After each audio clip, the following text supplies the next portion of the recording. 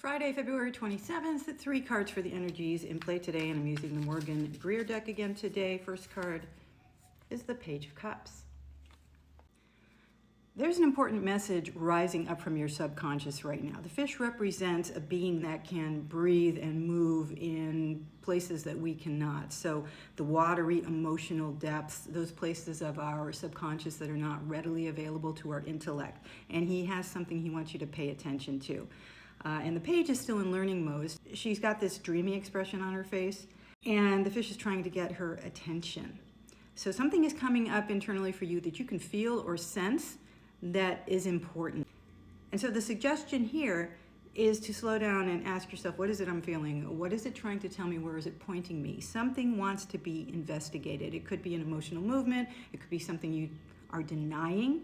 It could be some part of yourself that is out of alignment, or some place where you've been betraying yourself. The subconscious knows exactly what's going on, but sometimes our rational mind has its own reasons, its own narratives, its own motivators for not acknowledging things like this. So now is the time to acknowledge. The page, of course, is a beginner, learner mode. Even though she's very well prepared here, she clearly comes from a lineage that is already abundant and successful. That doesn't mean she's necessarily well acquainted with her inner truth. The message is to slow down this morning, first thing, and take a little moment of inquiry where you look inside yourself and ask, what am I really feeling today? How did I feel when I woke up this morning? What was the predominant emotional tone, my inner landscape when I first opened my eyes? Because there could be a message there for you. Let's see if the second card has something more to fill in the blanks for us. And the second card is a reversed Ace of Rods. Creative drive is being suppressed. This rod holds stored fire, and it's being gifted from the divine. It's this giant hand coming out of a cloud here. So that's kind of like, here you go. Here's the inspiration for the thing that wants to happen through you, and yet it's somehow been reversed. It's upside down. It's being held back or impeded in some way. So I feel like there's a creative spark here that's not been acknowledged, some way of generating something beautiful into the world that for whatever reasons, and it feels to me like these reasons are probably practical or logistical, that spark is being suppressed. It's, a little bit like, yeah, I'll get to that later. There are more important things that I need to attend to right now. And that is sometimes the ego's way of protecting us against exposing ourselves or being vulnerable in terms of our creativity. It takes a lot of courage to step into the world and go, look, I made this. What do you think?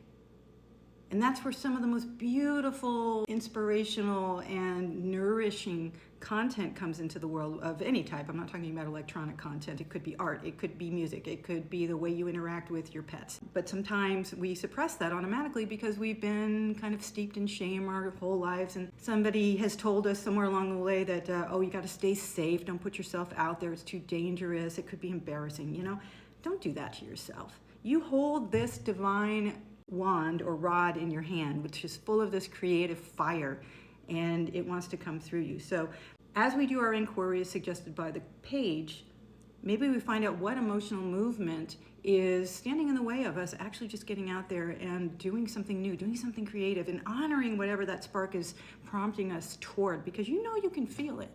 Those sparks are in there, that movement, that emotional, like I got something to push out into the world. That's divinity. That's divinity experiencing itself through you.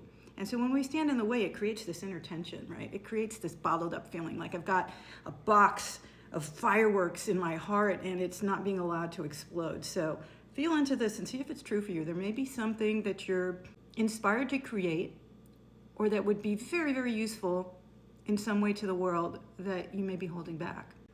I know it sounds really big, huh? It sounds kind of scary, but it's not, trust me. Honor the spark and see where it follows. Sometimes it leads you to a dead end, or sometimes you realize you kind of took a wrong turn somewhere, but you can just start over. That's the beautiful thing about creativity, is it can take any kind of form.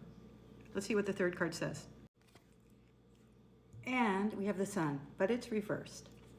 Yeah, so this gives me the sense that there really is something you want to do. There's something you want to embark on, and something's getting in the way.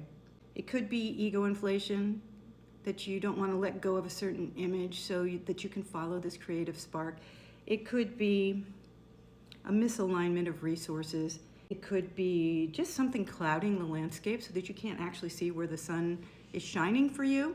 That something is slowing you down. It's like you're treading water is the image I'm getting. And that may be a hearkening back to the Page of Cups. This spread is suggesting that you go deeply into to find out where that, the word retardation comes up to me, and of course that always sounds wrong, right? But that inhibition, there's an inhibition happening here. And it feels to me like it's egoic somehow, or it's structural or narrative. There's like a scenario in which this creative pursuit doesn't fit.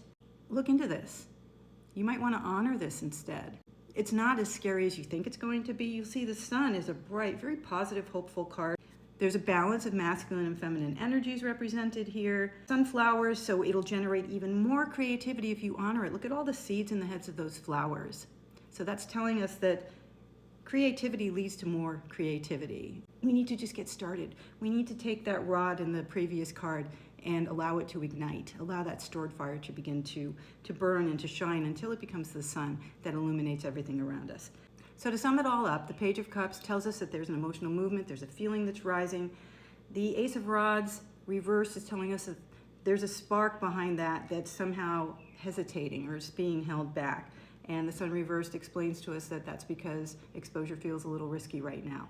But courage is implied here, so take a creative leap, see what happens. Like, follow, and share for more. See you tomorrow.